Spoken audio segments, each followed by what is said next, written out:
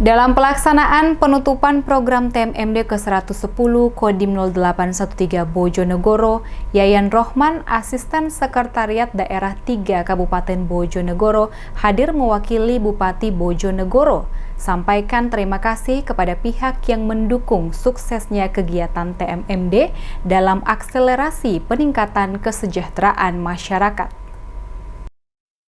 Rabu pagi dalam pelaksanaan penutupan program TMMD ke-110 Kodim 0813 Bojonegoro, Yayan Rohman, Asisten Sekretariat Daerah 3 Kabupaten Bojonegoro hadir mewakili Bupati Bojonegoro, memberi sambutan dan sampaikan terima kasih kepada TNI dan stakeholder terkait yang telah membantu suksesnya pelaksanaan kegiatan.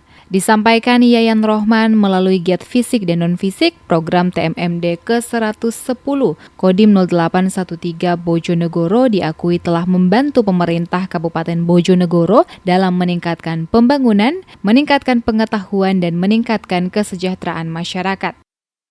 TMMD ini telah membantu pemerintah Kabupaten Bojonegoro dalam meningkatkan akselerasi pembangunan dan membantu meningkatkan pengetahuan dan kesejahteraan, serta telah dilaksanakan betul manfaatnya oleh masyarakat Desa Ngerancang dan Desa Jatimulyo, serta diharapkan bisa berimbas pada desa-desa di seluruh Kecamatan Tambak Rejo.